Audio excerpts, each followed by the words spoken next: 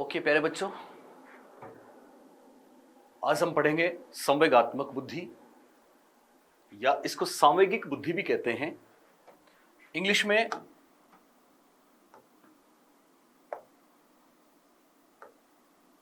थोड़ा बड़ा कर लो।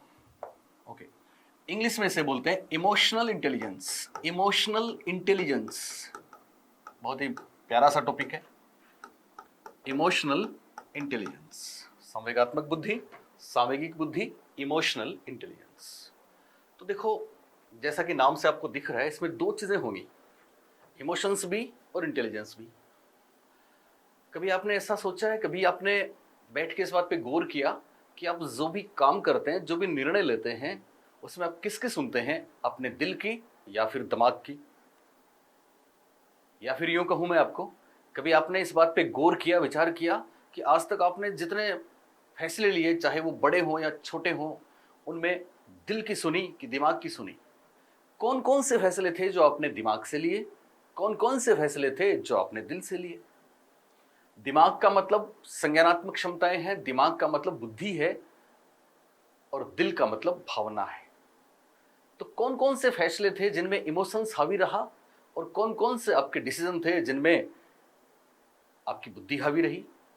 और फिर आप ये भी क्लासिफिकेशन करें कि वो फैसले जो आपने दिमाग से लिए थे वो आपके लिए सही साबित हुए, या वो फैसले जो आपने भावनाओं से लिए थे वो सही साबित हुए। आज हम इसी पे चर्चा करने वाले हैं, और यही संवेगात्मक बुद्धि है, यही इमोशनल इंटेलिजेंस है। तो देखो, सबसे पहले मैं आपको बता दूं, फर्स्ट ग्रेड के लिए टॉपिक बहुत ही महत्वपूर्ण, बहुत ही प्यारा टॉपिक है, जरूर गारंटी से प्रश्न आता है। और सबसे पहले मैं आपको बताऊं, एक प्रश्न आया था, पूछा गया था कि साहब संवेगात्मक बुद्धि से संबंधित कौन है? संवेगात्मक बुद्धि से संबंधित कौन है? और उसमें मैं आपको बता दूं, ऑप्शंस थे। संवेगात्मक बुद्धि से संबंधित कौन है, यह प्रश्न था, ठीक है। और उसमें पहला ऑप्शन था थॉर्नडाइक। पहला ऑप्शन था थॉर्नडाइक, दूसरा ऑप्शन था सेलोवी, मेयर तथा गोलमैन। संवेगात्मक बुद्धि से कौन संबंधित है? बहुत महत्वपूर्ण सवाल। पहला ऑप्शन थॉर्नडाइक, दूसरा ऑप्शन सेलोवी, मेयर तथा गोलमैन, और तीसरा ऑप्शन हार्वर्ड गार्डनर। तीसरा ऑप्शन हार्वर्ड गार्डनर, और चौथा ऑप्शन सभी। संवेगात्मक बुद्धि से कौन संबंधित है? चार ऑप्शन आए थे फर्स्ट ग्रेड में, Thorndike, Salovey, Mayer, Goleman, Howard Gardner, सभी। तो बोलिए किसके साथ जाएंगे? यस, सही जवाब होगा सभी। आप बोलेंगे साहब ये क्या बात हुई? बिल्कुल यही बात हुई। एक्चुअली संवेगात्मक बुद्धि क्या है? संवेगात्मक बुद्धि इमोशंस और इंटेलिजेंस को बैलेंस करने वाली बुद्धि है। संवेगात्मक बुद्धि में दूसरों के साथ हम किस तरह से डील करें, ये वाली बुद्धि है संवेगात्मक बुद्धि। आपको पता है, आप याद करें जब आप स्कूल में थे, कॉलेज में थे, तो आपकी कक्षा में कुछ ऐसे बच्चे थे जिनको देख के, क्योंकि वो टॉपर्स थे, बहुत इंटेलिजेंट थे, पढ़ने लिखने में बहुत बेहतर थे, बुक स्मार्टर थे, पढ़ने लिखने में बहुत बेहतर थे। आप उनको देखते थे हजरत भरी निगाहों से, और आप सोचते थे ये पता नहीं अपनी जिंदगी में कितना ऊंचा मकाम हासिल करेंगे, पता नहीं क्या बनेंगे, क्योंकि वाकई वो क्लास में टॉपर थे। लेकिन बहुत सालों बाद आपने जब उनसे आप मिले, या पता लगा, देखा, ढूंढा, किसी ने बताया, तो पता लगा वो तो जमाने की भीड़ में कहीं खो गए थे, वो तो कुछ भी नहीं बन पाए थे, वो तो जिंदगी में फ्लॉप हो गए थे, वो तो असफल हो गए थे। जानते हैं क्यों? इसलिए कि साहब उनमें बुद्धि तो थी, लेकिन संवेगात्मक बुद्धि नहीं थी। गोलमैन का एक स्टेटमेंट है कि साहब संवेगात्मक बुद्धि जिंदगी में सफलता दिलाती है, और कोई व्यक्ति अपनी जिंदगी में सफल होता है, उसके पीछे उसकी आईक्यू का रोल तो केवल 20% होता है, 80% काम तो संवेगात्मक बुद्धि या इमोशनल इंटेलिजेंस का ही होता है। इसका मतलब चाहे बारोन की बात करें, वो नाम आई नहीं इसमें, नहीं तो उनका भी जिक्र होता, चाहे कारूसो की बात करें, चाहे गुडसेन की बात करें, ऐसे नाम भी संवेगात्मक बुद्धि से संबंधित हैं। इन सब लोगों ने ये बोला कि जिंदगी में सफलता दिलाने वाली बुद्धि बुद्धि लब्धि नहीं है, बुद्धि नहीं है, संवेगात्मक बुद्धि है। अब जिंदगी में सफलता पाने के मायने क्या हैं साहब? तो जिंदगी में सफलता पाने के मायने हैं कि हम समाज में रहते हैं, हम जिसमें सोशल स्किल है वो सफल है। इसका मतलब कहीं ना कहीं संवेगात्मक बुद्धि का संबंध सामाजिक कौशल से है, दूसरों से हमारे रिश्तों पे है, रिश्तों से है कि नहीं? तो सामाजिक बुद्धि का एक कॉन्सेप्ट दिया था थॉर्नडाइक ने, याद है आपको? थॉर्नडाइक ने बुद्धि के 3 प्रकार बताए थे, अमूर्त बुद्धि, मूर्त अथवा यांत्रिक बुद्धि और सामाजिक बुद्धि। तो थॉर्नडाइक ने सामाजिक बुद्धि का प्रकार बताया था, वो संवेगात्मक बुद्धि से ही संबंधित था, तो थॉर्नडाइक हो गए साहब। हार्वर्ड गार्डनर, मैं ये बात कितनी बार बताता हूं और कितनी बार परीक्षा में आती है, पता है ना आपको कितनी बार आती है? हार्वर्ड गार्डनर ने मेनली 8 बताए, फिर 9वां भी हो गया। तो हार्वर्ड गार्डनर ने फ्रेम्स ऑफ माइंड में 8 प्रकार की एबिलिटीज को बुद्धि नाम दिया, और उनमें 2 प्रकार आपको याद है। एक तो था इंटरपर्सनल, क्या था? इंटरपर्सनल इंटेलिजेंस, और दूसरा था इंट्रापर्सनल इंटेलिजेंस। क्या था? Intrapersonal intelligence. इंटरपर्सनल इंटेलिजेंस अंतरवैयक्तिक बुद्धि था। क्या था? अंतरवैयक्तिक बुद्धि। याद है ना आपको, हम बहुत बार बात कर चुके। और दूसरा अंतःवैयक्तिक बुद्धि, दूसरा अंतःवैयक्तिक बुद्धि, याद है ना आपको? अंतर्वैयक्तिक बुद्धि दूसरों को समझने वाली बुद्धि है, और अंतःवैयक्तिक बुद्धि खुद को समझने वाली बुद्धि है। और ये इतनी शानदार बात है कि हार्वर्ड गार्डनर भी संवेगात्मक बुद्धि के फाउंडर्स में एक हैं। हालांकि उन्होंने दूसरे तरीके से बताया था, और हम संवेगात्मक बुद्धि को भी पढ़ेंगे तो आप जानोगे कि इसमें इंट्रापर्सनल फैक्टर्स भी हैं और इंटरपर्सनल फैक्टर्स भी हैं। गोलमैन के मॉडल में पहली 3 जो बातें हैं, self awareness, self management, self motivation, वो इंट्रापर्सनल है, और बाकी 2 जो हैं, सोशल स्किल और एम्पैथी वाली, वो दोनों इंटरपर्सनल है। तो हार्वर्ड गार्डनर ने बात 1983 में बता दी थी। इसका मतलब ये भी संवेगात्मक बुद्धि से संबंधित है। और दूसरे ऑप्शन वाली चीजें तो आपको पता ही है, सेलोवी और मेयर वो हैं जिन्होंने दुनिया में पहली बार दुनिया को ये बताया कि सब संवेगात्मक बुद्धि जैसी कोई चीज होती है। 1990 में इन्होंने संवेगात्मक बुद्धि का प्रतिपादन किया था। याद रखना, प्रतिपादक के रूप में बहुत जगह आप गोलमैन पढ़ते हैं, वो गलत है। गोलमैन प्रतिपादक नहीं है, बल्कि सेलोवी और मेयर प्रतिपादक हैं। ये दोनों यूएसए के हैं, गोलमैन भी यूएसए के हैं। गोलमैन ने संवेगात्मक बुद्धि को प्रसिद्ध किया था जब उनकी बेस्ट सेलर 1995 में बुक आई थी, emotional intelligence, why it can matter more than IQ. तो इसका मतलब सेलोवी, मेयर, गोलमैन भी संवेगात्मक बुद्धि से संबंधित हैं, और इनका तो बहुत बड़ा योगदान है। लिहाजा इसका जवाब हो गया सभी। ये बात समझ में आई आपको? ओके, अब चलते हैं आगे। बात कर रहे हैं संवेगात्मक बुद्धि की, और आजकल जैसा कि चलन है शॉर्ट में संवेगात्मक बुद्धि को, इमोशनल इंटेलिजेंस को शॉर्ट में क्या बोलेंगे? ईआई। क्या बोलेंगे? ईआई। तो आज हम ईआई के बारे में पढ़ेंगे, जो आपको जिंदगी में सफलता दिलाएगी, वैसे भी दिलाएगी, परीक्षा में सफलता दिलाएगी। ओके, चलिए। पहली महत्वपूर्ण बात याद रखना, संवेगात्मक बुद्धि के प्रतिपादक के रूप में 2 अमेरिकन साइकोलॉजिस्ट हैं जिनके नाम आपको याद रखने हैं।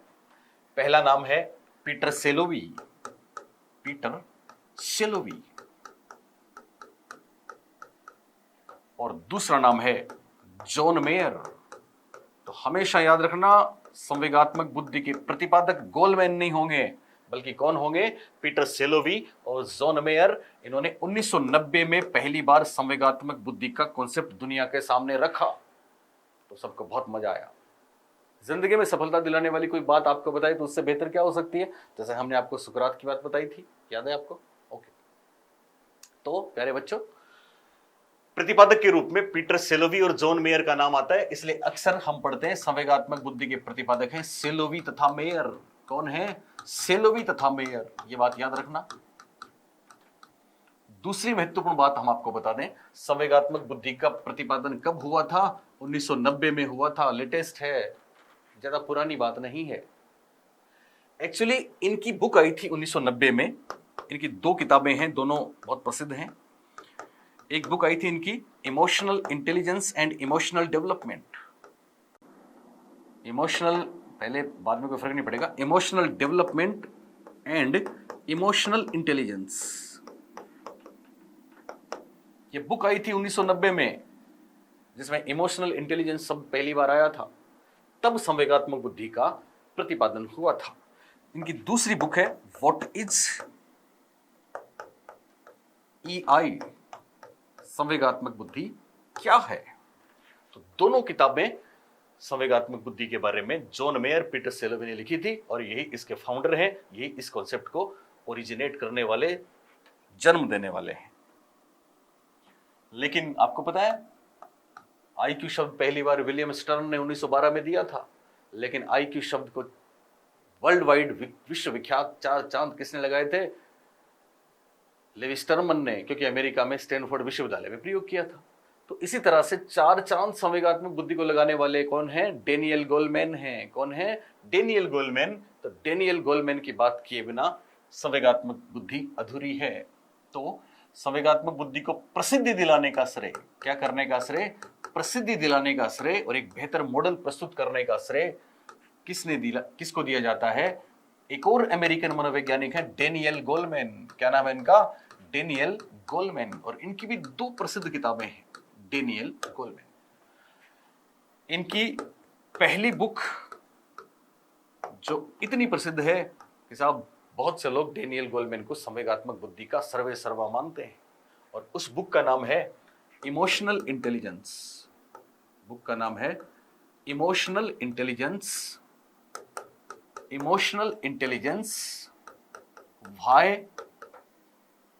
It can matter. बहुत से बच्चे मेरे को कहते हैं सर बेटर नहीं है क्या? तो बेटर जिनमें लिखा है वो किताबें मत पढ़ा करो। इमोशनल इंटेलिजेंस, कौन सी intelligence? Emotional intelligence why it can matter more than IQ. Why it can matter more than IQ. ये बुक आई थी 1995 में। कब आई थी? 1995 में आई थी, लेकिन इसका रिवाइज्ड एडिशन भी आ गया 1998 में। तो दोनों तारीख आपको ध्यान रखनी है, क्योंकि 1998 वाली डेट बोर्ड की बुक्स में भी है। तो 1995, 98 हिंदी में भी इसको आपको देखना है। इसका नाम है संवेगात्मक बुद्धि। संवेगात्मक बुद्धि, बुद्धि लब्धि से महत्वपूर्ण क्यों? संवेगात्मक बुद्धि बुद्धि लब्धि से महत्वपूर्ण क्यों, या बुद्धि लब्धि से श्रेष्ठ क्यों? Both are correct. श्रेष्ठ क्यों? और ये वाली बुक डेनियल गोलमैन की प्रसिद्ध कृति है पहली। और इन्होंने एक बुक और भी लिखी है, उसका नाम भी मैं आपको यहीं पे लिखा देता हूं। इनकी दूसरी बुक का नाम है working with emotional intelligence. Working with 1998 में आई थी, वर्किंग विद इमोशनल इंटेलिजेंस।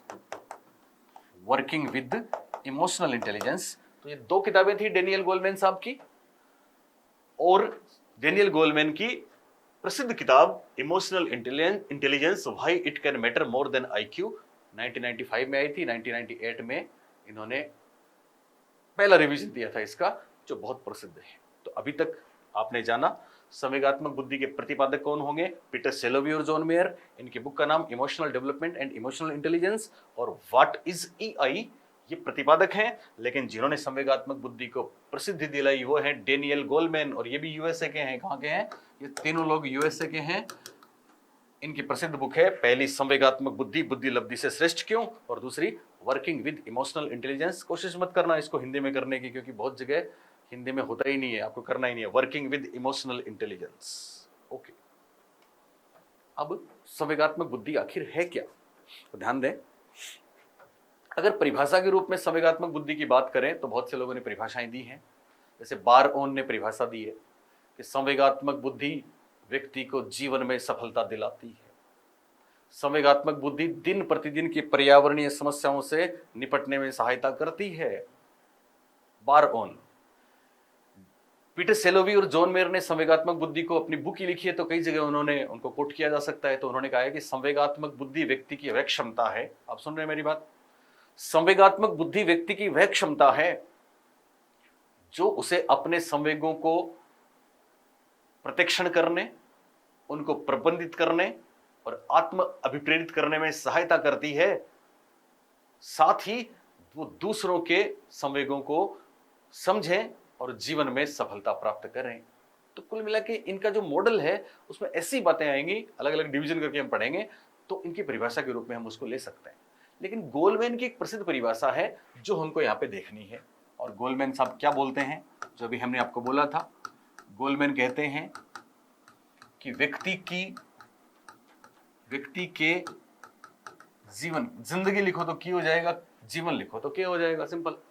व्यक्ति के जीवन की सफलता का, व्यक्ति के जीवन की सफलता का, किसका, व्यक्ति के जीवन की सफलता का, किसका, व्यक्ति के जीवन की सफलता का केवल 20%, व्यक्ति के जीवन की सफलता का केवल 20% ही बुद्धि लब्धि के कारण है। व्यक्ति के जीवन की सफलता का केवल 20% ही बुद्धि लब्धि के कारण है।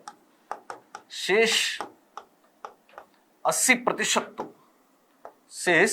80% तो संवेगात्मक बुद्धि का परिणाम है। शेष 80% तो किसका परिणाम है, संवेगात्मक बुद्धि का परिणाम है। डेनियल गोलमैन संवेगात्मक बुद्धि का परिणाम है। ये परिभाषा देने वाले कौन हैं, डेनियल गोलमैन है साहब, डेन गोलमैन है, डेन गोलमैन। बात समझ में आ गई आपको? ओके। और अब हम बात करें कि आखिर संवेगात्मक बुद्धि के तत्व क्या हैं, तो बहुत ही महत्वपूर्ण बात, मेरी सबसे पहले वाली जो बुक है उस, वो जिन बच्चों के पास है, वो भी यहाँ पे एक बहुत ही गहरी बात है, उसमें भी आपको एक करेक्शन करना है। हालांकि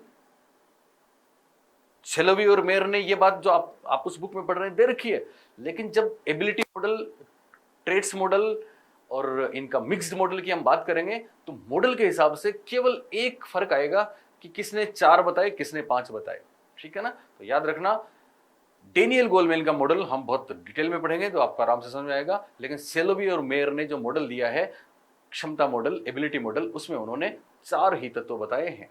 कितने तत्व बताए, फिगर आ जाए तो 4 या 5 में आपको कंफ्यूज नहीं होना है। डेनियल गोलमैन ने तो कितने बताए, 5, और शेलोवी और मेयर ने कितने बताए, 4। ये महत्वपूर्ण बात आप ध्यान रखेंगे। तो वो क्या है, उसके लिए आप लिखो संवेगात्मक बुद्धि के मॉडल। मॉडल में सारी बात आपको मैं बता दूंगा। संवेगात्मक बुद्धि के प्रतिमान, और 3 मॉडल हैं साहब संवेगात्मक बुद्धि के, ठीक है ना। पहला दिया पीटर शेलोवी और मेयर ने, दूसरा दिया आपके केवी पेट्राइडस ने, और तीसरा दिया है आपके डेनियल गोलमैन ने। तो तीनों के हिंदी और इंग्लिश में नाम हमको आपको यहाँ पे देखने हैं, और वो बहुत ही जरूरी है। तो पहला है क्षमता मॉडल। अब हिंदी में क्षमता मॉडल भी आ सकता है, योग्यता मॉडल भी आ सकता है, कुछ और भी आ सकता है। क्षमता मॉडल, और क्षमता मॉडल को हम बोलेंगे एबिलिटी मॉडल। पहला है क्षमता मॉडल, जिसको हम बोलेंगे एबिलिटी मॉडल, और ये देने वाले हैं शेलोवी तथा मेयर। शेलोवी तथा मेयर। संवेगात्मक बुद्धि के 3 मॉडल परीक्षा में जरूर पूछा जाता है। पहला है क्षमता मॉडल, एबिलिटी मॉडल, शेलोवी तथा मेयर, क्या है बात करेंगे अभी। दूसरा है शील गुण मॉडल, शील गुण मॉडल, और शील गुण मॉडल को इंग्लिश में बोलते हैं ट्रेट्स मॉडल। ट्रेट्स मॉडल, और ट्रेट्स मॉडल देने वाले हैं केवी, ये नाम ध्यान रखना, पेट्राइडस, केवी पेट्राइडस, केवी पेट्राइडस। और तीसरा जो आपका है मिश्रित मॉडल, निष्पादन मॉडल भी कहते हैं इसको, ध्यान रखना, मिश्रित मॉडल, मिक्स्ड मॉडल, और मिक्स्ड मॉडल देने वाले हैं डेनियल गोलमैन, डेनियल गोलमैन। तो ध्यान रखना, संवेगात्मक बुद्धि के मॉडल कितने, 3। पहला मॉडल क्या है, पहला मॉडल है क्षमता मॉडल, जिसको इंग्लिश में क्या बोलेंगे, एबिलिटी मॉडल। इंग्लिश में क्या बोलेंगे, एबिलिटी मॉडल। ये देने वाले कौन है, शेलोवी तथा मेयर।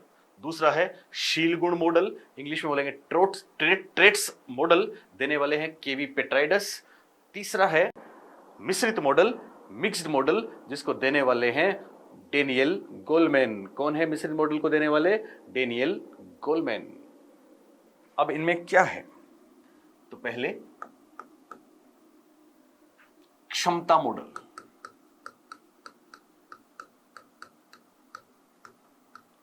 एबिलिटी मॉडल, कई बार परीक्षा में ऐसे लिखा आ जाता है, एबिलिटी जरूर ध्यान रखना। और एबिलिटी मॉडल देने वाले कौन है? सेलोवी तथा मेयर। सेलोवी तथा मेयर। सेलोवी तथा मेयर ने एबिलिटी मॉडल में संवेगात्मक बुद्धि के तत्व बताए हैं 4। संवेगात्मक बुद्धि के तत्व कितने बताए? 4। 1 2 3 4। सेलोवी और मेयर ने संवेगात्मक बुद्धि का कौन सा मॉडल दिया? तो आप बोलेंगे क्षमता मॉडल दिया, एबिलिटी मॉडल दिया। और संवेगात्मक बुद्धि के कितने तत्व बताए? तो हम बोलेंगे 4 तत्व बताए साहब। चारों लगभग एक जैसी बात है, प्रत्यक्षण करना, उपयोग करना, समझना। इंग्लिश के शब्द भी हम यहाँ पे ध्यान रखेंगे। तो 4 कौन कौन से तत्व बताए? सबसे पहले है संवेगों का माफ करें, संवेगों का प्रत्यक्षीकरण, प्रत्यक्षण। पहला है संवेगों का प्रत्यक्षण, जिसको इंग्लिश में बोलेंगे परसीविंग, परसीविंग इमोशंस, यानी इमोशंस को परसीव करना। पहला है, उन्होंने बोला संवेगों का प्रत्यक्षण, परसीविंग इमोशंस। दूसरा है संवेगों का उपयोग करना। दूसरा है संवेगों का उपयोग करना, यूजिंग इमोशंस। पहला हुआ संवेगों का प्रत्यक्षण, perceiving emotions, perceiving emotions, perception होता है ना, प्रत्यक्षण, प्रत्यक्षीकरण। दूसरा है संवेगों का उपयोग करना, यूजिंग इमोशंस। तीसरा है संवेगों को समझना। तीसरा है संवेगों को समझना, अंडरस्टैंडिंग इमोशंस, अंडरस्टैंडिंग इमोशंस। पहला था संवेगों का प्रत्यक्षण, परसीविंग इमोशंस, लिख रहे हो ना सब लोग।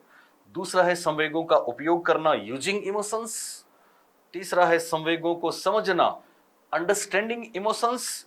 और चौथा है संवेगों का रेगुलेशन, संवेगों का प्रबंधन, संवेगों का प्रबंधन, रेगुलेशन या रेगुलेट,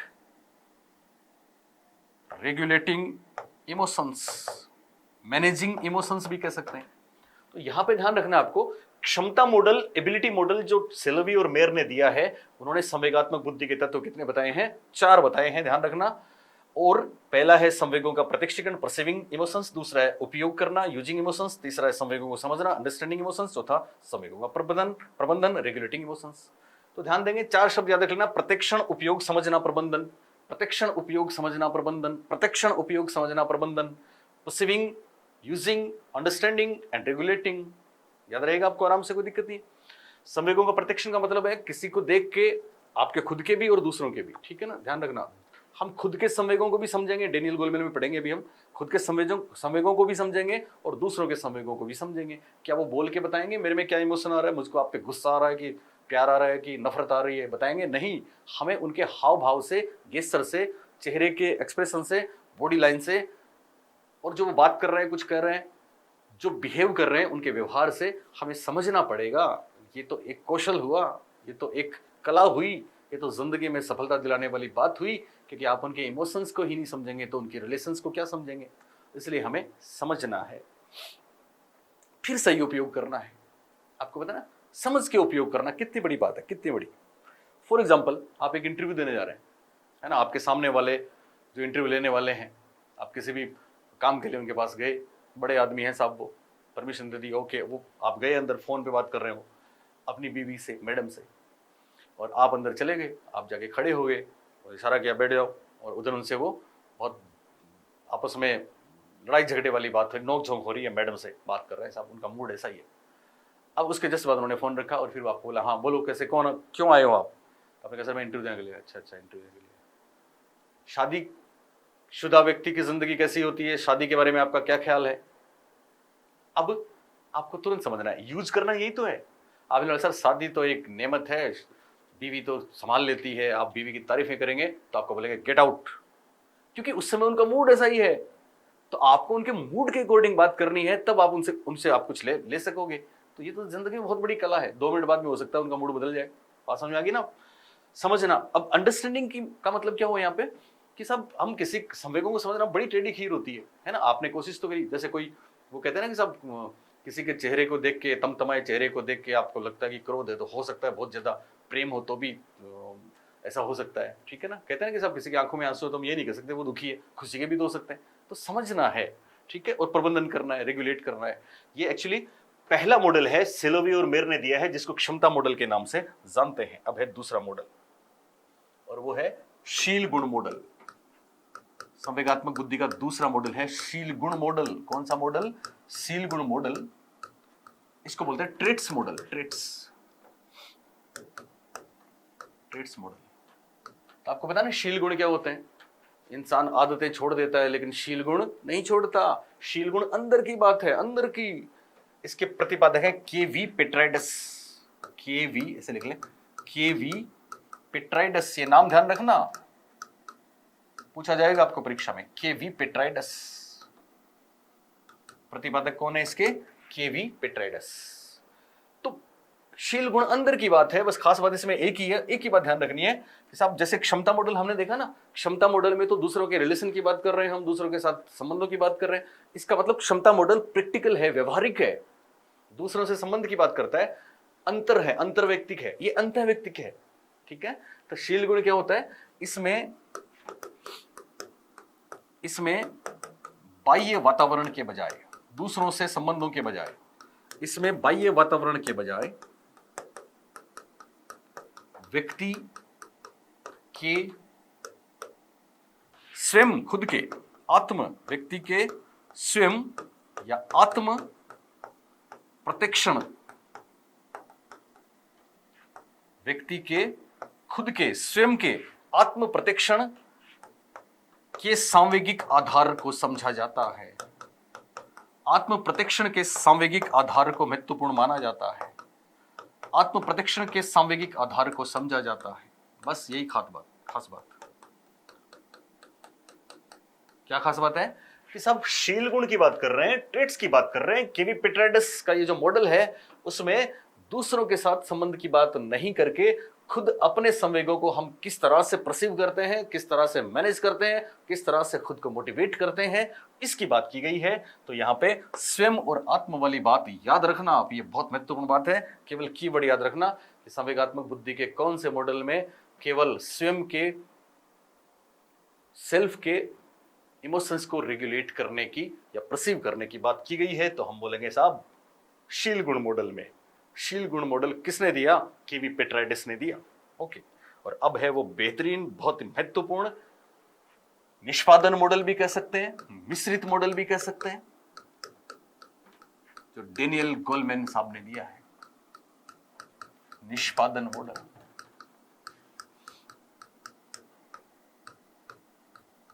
मिक्स्ड मॉडल के नाम से भी प्रसिद्ध है। और ये देने वाले हैं डेनियल गोलमैन।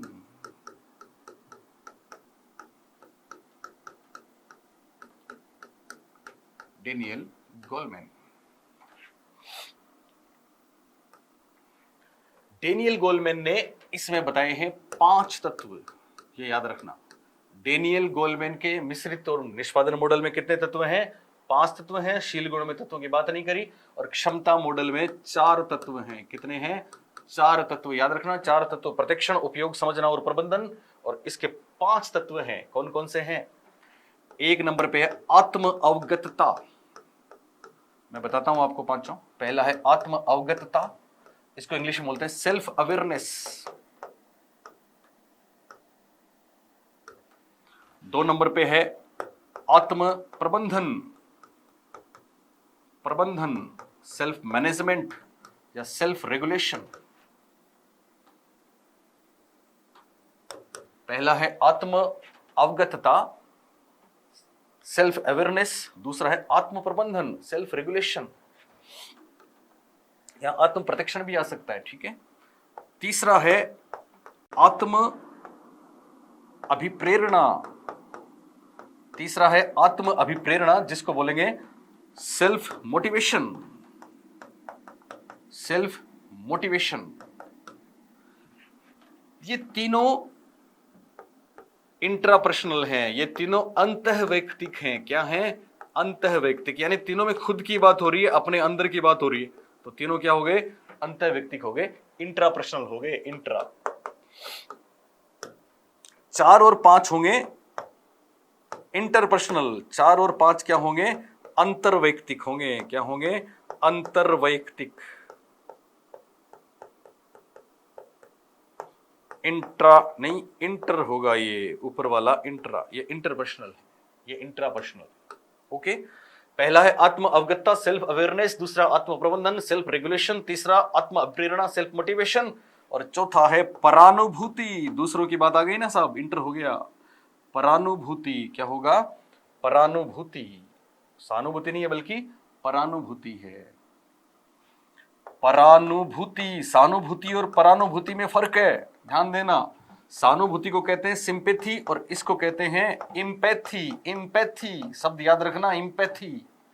और पांचवा है संबंध संचालन, संबंधों का संचालन, या फिर इसको सामाजिक कौशल भी कहते हैं। तो सामाजिक कौशल वाली बात आपको परेशान ना करे, पांचवें का ही नाम है सामाजिक कौशल। संबंधों का संचालन दूसरों के साथ होगा ना, तो ये इंटर हो गया, ये अंतर्वैयक्तिक हो गया। क्या हो गया? अंतर्वैयक्तिक। सामाजिक कौशल इंग्लिश में कहते हैं हैंडल द रिलेशंस या सोशल स्किल। तो ये 5 तत्व बताए साहब, किसने बताए? डेनियल गोलमैन ने। कितने तत्व बताए? 5 तत्व बताए डेनियल गोलमैन ने। कितने बताए? 5 तत्व बताए डेनियल गोलमैन ने। पहला है आत्म अवगतता, इंग्लिश में सेल्फ अवेयरनेस। दूसरा है आत्म प्रबंधन, सेल्फ रेगुलेशन। तीसरा है आत्म अभिप्रेरणा, सेल्फ मोटिवेशन। चौथा है परानुभूति, एम्पैथी। और पांचवा है संबंध संचालन या फिर सामाजिक कौशल, सोशल स्किल्स। क्या होते हैं ये थोड़ा सा समझ लेते हैं।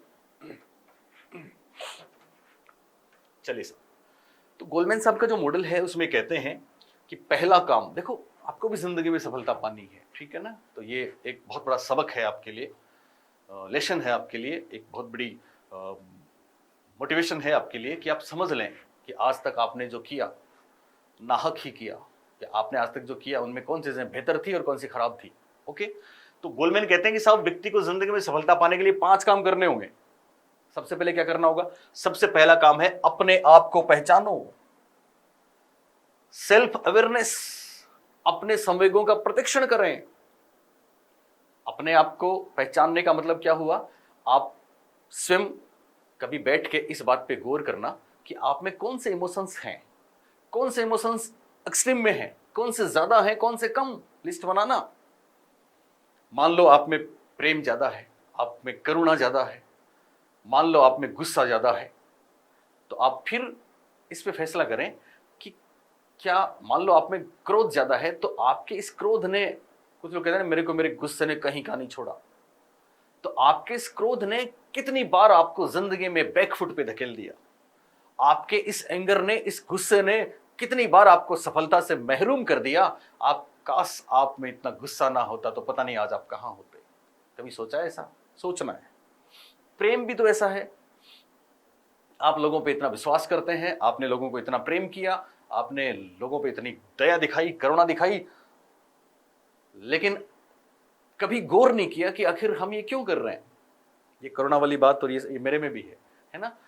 काश हम लोगों पे इतनी करुणा दया ना दिखाते, क्योंकि जिन पे हमने दिखाया वो पता नहीं कितने आगे बढ़ गए और हम पीछे रह गए।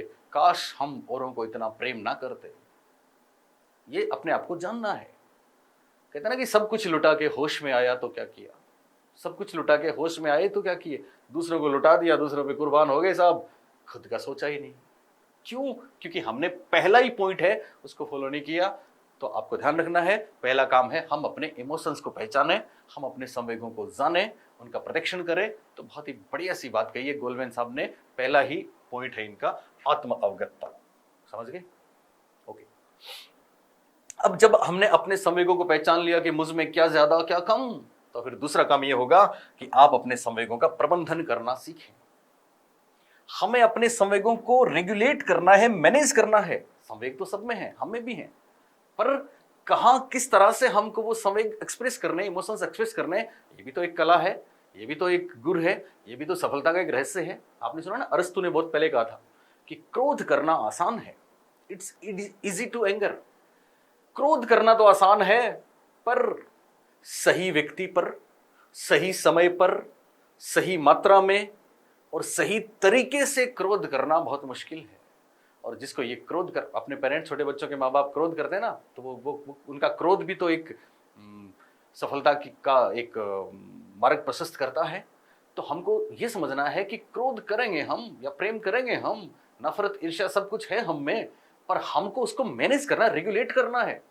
गलत वक्त पे गलत चीजें कर दी तो गलत हो जाएगा। इसको बोलते हैं आत्म प्रबंधन। इसको क्या बोलते हैं? आत्म प्रबंधन। मान लो फॉर एग्जाम्पल, कभी आप में कुछ कोई ऐसा कि साहब वो हंसता हंसाता बहुत है, बस आजकल पता है कॉमेडी सीरियल चल रहे हैं सारे, सीरियल नहीं मतलब ये वो कॉमेडी वीडियोस चल रहे हैं ना सारे, मैं भी देखता हूँ। कभी बन्नू पंकू का देखते हैं हम, कभी मुरारी की कॉमेडी देखते हैं, कभी अंजी को भी देखते हैं हम, काका को भी देखते हैं हम, सब लोग देखते हैं ना, और बहुत से लोग बनाते हैं काफी। तो बहुत बहुत मतलब आप में बहुत जॉयफुल हो आप, है ना, आप अम्यूजमेंट आप में है, आप किसी को भी उदास नहीं रहने देते, आप उनको खुश कर देते हैं। लेकिन समय भी तो देखेंगे ना। हो सकता है कभी ऐसा आपके जीवन में हुआ हो कि आपका कोई ऐसा दोस्त है जो बात बात पे खुश करता है सबको, किसी को उदास रहने नहीं देता। अच्छी बात है, ये खराब बात नहीं है, पर वक्त तो देखना है ना। आप मान लो किसी के घर में कोई हादसा हो गया और वहां पे बैठने के लिए गए, 2 मिनट के लिए आप बैठे और आपका वो दोस्त आ गया जो हर बात बात पे डायलॉग फेंकता है, बात बात पे खुश करता है, हंसाता है, तो वहां पे उस स्थिति में भी सामने वाले बैठे हैं, सब गम का माहौल है, लेकिन वो 2 मिनट बाद उसे रहा नहीं जाता, तो उसने आपको कोई ऐसा उसी समय कोई ऐसी बात कह दी और फिर जोर से ठाके मार के हंस पड़ा। तो अब सोचिए, जिनके गम में आप शरीक होने गए हैं उन पे क्या गुजरेगी। उनकी नजरों से तो आप और आपके दोस्त जिंदगी भर के लिए गिर जाओगे, कभी नहीं उठोगे उनकी नजरों में। इसका मतलब आपने क्या गलती कर दी? आपने अपने इमोशंस को सही तरीके से रेगुलेट नहीं किया। यहाँ पे फर्स्ट ग्रेड में एक बहुत महत्वपूर्ण प्रश्न आया, सुन लें। आत्म प्रबंधन का मतलब क्या है? ऑप्शन 1, अपने संवेगों को उत्तेजित करना। क्या उत्तेजित करना है? नहीं।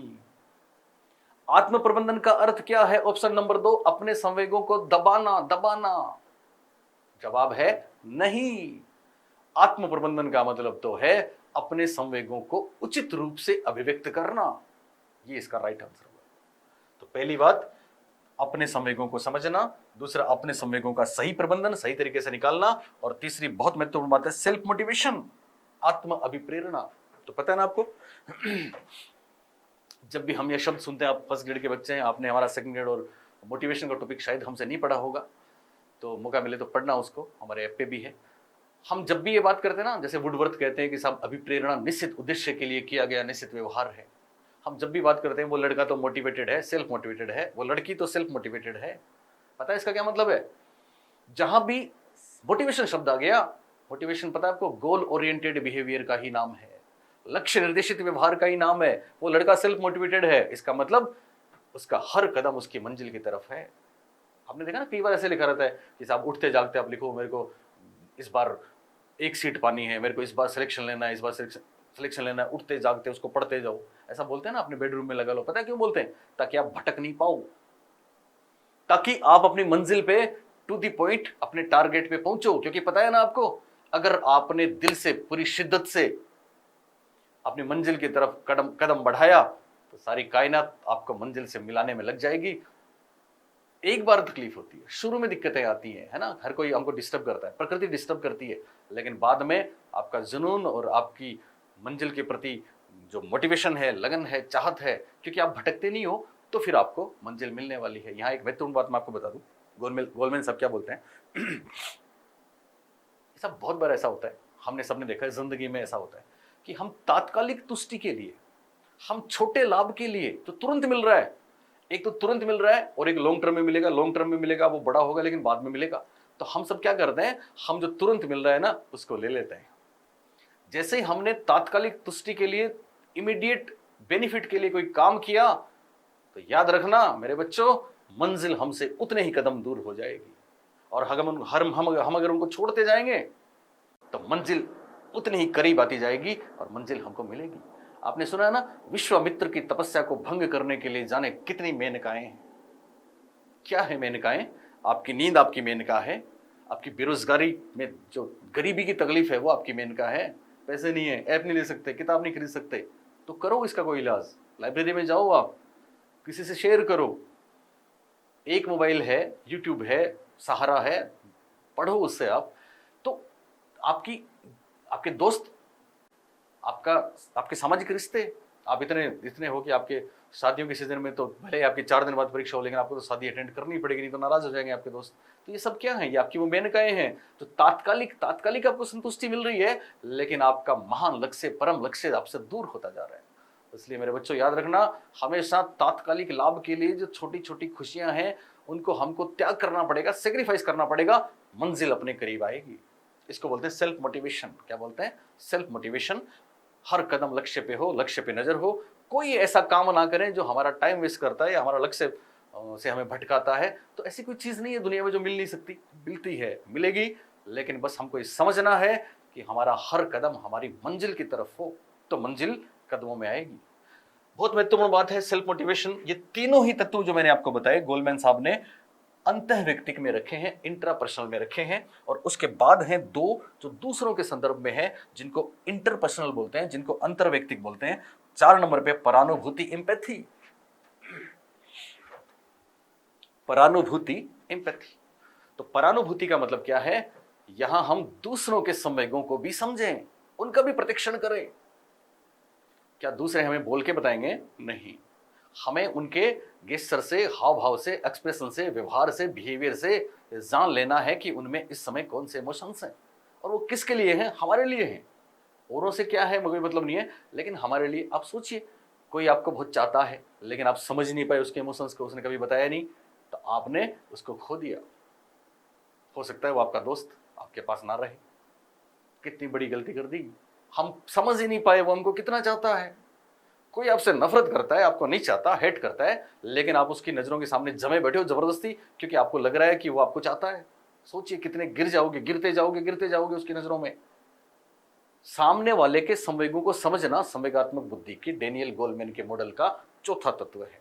सामने वाला बोल के नहीं बताएगा, आपको समझना पड़ेगा कि वो कैसे इमोशंस है आपके प्रति उनमें। और ये एक सफलता का बहुत बड़ा राज है।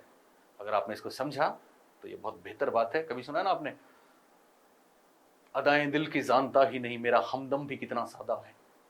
तो इतना सादा नहीं बनना है, हमको समझना है कि सामने वाला गुस्सा कर रहा है, कि तकलीफ दे रहा है, कि मतलब उसको नफरत है, कि हमसे प्रेम कर रहा है। इसको समझ लेना भी तो एक कला है। तो परानुभूति बहुत बड़ी बात है। परानुभूति में दूसरों के साथ सहानुभूति नहीं है। सहानुभूति तो एक पक्षीय बात हो जाएगी। जैसे जैसे भी वो उसकी उसकी भावनाएं हैं, फीलिंग्स हैं हमारे प्रति, हमको उनको समझ लेना है, तो आधा काम तो वही हो जाएगा। कई बार होता है ना, मम्मी अपने पापा वगैरह गुस्से में होते हैं, कोई चीज चाहिए तो गुस्से में उस समय हमने मांग ली उनसे, तो हमको कभी नहीं मिलेगी, तो कर बैठे ना गलती। ऐसी गलती नहीं करनी है। मूड को देख के हमको वैसा ही काम करना है। मैडम का, बीवी का मूड ऐसा हो कभी, तो हम उनसे कोई चीज़ की डिमांड करेंगे, आप जो उनके पास है, तो वो बिल्कुल सबके लिए, अपने बच्चों के लिए, पति के लिए करती ही है ना, पर उनका मूड देख के तो करना है ना, तभी तो वो आपकी हेल्प करेंगी। ठीक है, तो मूड इंपॉर्टेंट है। या फिर पतिदेव के लिए भी, जो मेरे को सुन रही है फीमेल, तो वही बात है, हस्बैंड का मूड मूड देख के गिफ्ट मांगना मिल जाएगा, लेकिन जिस दिन का मूड ऑफ हो उस दिन गिफ्ट मांगोगे तो फिर क्या मिलेगा बताइए। ओके, 5वीं और आखिरी बात है संबंध संचालन या सामाजिक कौशल, social skill, handling the relations. ये बहुत बड़ी बात है। जिसको दूसरों से संबंध निभाने आ गए वो सफल है। आपने कभी गौर किया कि आपके कितने लोगों से रिलेशन रहे हैं, दोस्ती रही है, रिश्तेदारियां तो खैर वो सामाजिक नाते तो खैर हैं ही, बाकी आप याद करो जब कॉलेज में थे, स्कूल में थे, तो आपका कोई बहुत अच्छा दोस्त था, तुम उसको, क्या अभी भी वो तुम्हारा दोस्त है? आप बोलेंगे साहब नहीं, पता नहीं वो क्या है। इसका मतलब गलती हुई ना, या तो दोस्त बनाते ही नहीं, अगर तुमने उसको दोस्त बनाया तो तुम उसको निभाते। ये संबंध संचालन है। रिश्ते बनेंगे नहीं, रिश्ते बनेंगे या नहीं बनेंगे, उससे पहले हमको ये ध्यान रखना है कि रिश्ते बनाने हैं तो उनको निभाना है। अपना भी एक रिश्ता है गुरु चेले का। ठीक है, आप हमारे छात्र, हमारे स्टूडेंट हैं, तो या तो रिश्ते बनाओ, मत बनाओ तो फिर इनको निभाना है। आप बोलेंगे साहब हम क्या निभाएं, वो तो मेरा दोस्त था, बचपन से हम साथ रहते दोनों। अब वो तो क्या है कि वो ऐसा ही था, सेल्फिश था, तो मैंने तो सेल्फिश था तो फिर उसको छोड़ना ही था। तो गलती आपकी ये हुई ना कि आपने उसके इमोशंस को, अपने इमोशंस को नहीं समझा, सेल्फ मोटिवेशन को नहीं समझा कि वो दोस्त आपकी मंजिल तक पहुंचाने में आपकी कितनी सहायता कर रहा है, आपको कितना रोक रहा है। नहीं तो फिर वहां पे आपसे गलती हुई, और फिर गलती हुई तो फिर या तो उसको सुधारो आप, अगर नहीं सुधरे तो फिर आप छोड़ सकते हो, लेकिन पहले गलती हुई ना। तो संबंध संचालन एक बहुत बड़ी बात है, यही सोशल स्किल है। अगर ये सोशल स्किल किसी में है, होता ना कि कुछ लोग ऐसे होते हैं जो दूसरों के लिए अपना कैरियर बर्बाद करते हैं, और कुछ लोग ऐसे होते हैं जिनके कैरियर दूसरे ही बनाते हैं। तो कितनी बड़ी बात है सोशल स्किल। कुल मिला के ये 5 तत्व जो मैंने आपको बताया, डेनियल गोलमैन के 5 तत्व हैं जो संवेगात्मक बुद्धि का मिश्रित मॉडल या निष्पादन मॉडल में है। ये बहुत ही शानदार मॉडल है। ओके बच्चों, अब एक आखिरी बात और है, संवेगात्मक बुद्धि की मापन इकाई। संवेगात्मक बुद्धि की मापन इकाई क्या है, इसमें प्रश्न आ सकता है। संवेगात्मक बुद्धि की मापन इकाई है EQ। EQ याद रखना, E से है इमोशनल और Q से है क्वोशेंट। इमोशनल क्वोशेंट शॉर्ट में बोलेंगे EQ। याद है, हम आपको अक्सर जब भी EQ बताते हैं तो ये कहते हैं EQ एजुकेशनल क्वोशेंट भी है, जो बर्ट साहब ने दिया था वो पिछड़े बालक के लिए था, और ये EQ इमोशनल क्वोशेंट है जो संवेगात्मक बुद्धि की मापन इकाई है। जो संवेगात्मक बुद्धि की कौन सी इकाई है, मापन इकाई है। ओके, इसके अलावा एक और बात मैं आपको बता दूं, डेनियल गोलमैन ने अपने मॉडल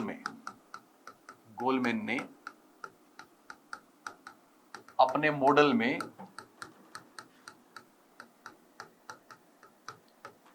संवेगात्मक बुद्धि को मापने के 2 और उपकरण बताए हैं। संवेगात्मक बुद्धि मापन के 2 उपकरण बताए हैं, 2 स्केल्स बताई हैं, 2 क्वेश्चनेयर बताए हैं, उपकरण बताए हैं। डेनियल गोलमैन ने अपने मॉडल में संवेगात्मक बुद्धि मापन के 2 और उपकरण बताए हैं, 2 और स्केल बताई हैं, जिनमें एक का नाम है ESCI, एक का नाम है EIA। एक का नाम है ESCI और एक का नाम है EIA। तो ये दोनों भी आपको ध्यान रखना है। ESCI दरअसल क्या है, E से बनेगा इमोशनल, S से बनेगा सोशल। पहले उन्होंने ECI बताई थी खाली, ECI